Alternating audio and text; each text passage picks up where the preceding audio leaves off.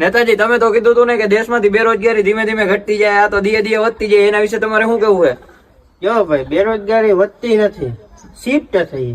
પેલા માણસો ગામના બાકડા ભાંગતા, અત્યારે બધા નવરા પડ્યા રીલું જોવે, એટલે શિફ્ટ થઈ ખાલી. નેતાજી તમે તો કહેતા હતા ને કે આપણા ગામના ને દેશના બધા રસ્તા જાપાન જેવા કરી નાખવાના, એ મહિલું અમને હવે કઈ દેખાતું તો નથી.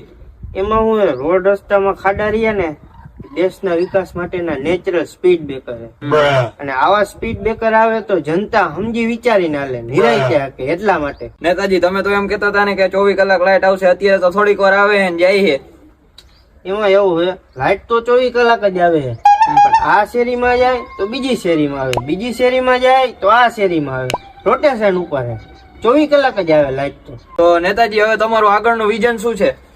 વિઝન તો હે પણ થોડુંક બ્લર હે આપણે.